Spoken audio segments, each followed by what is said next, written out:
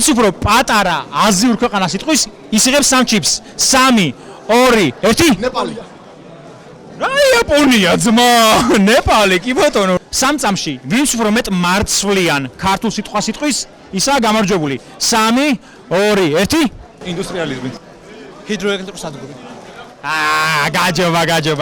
გაჯობა. ვინც უფრო მეტ მოსახლეობიან აფრიკულ ქვეყანას მეტყვის, ისაა გამარჯვებული. 3, 2, 1. ნიგერია. ტუნისი.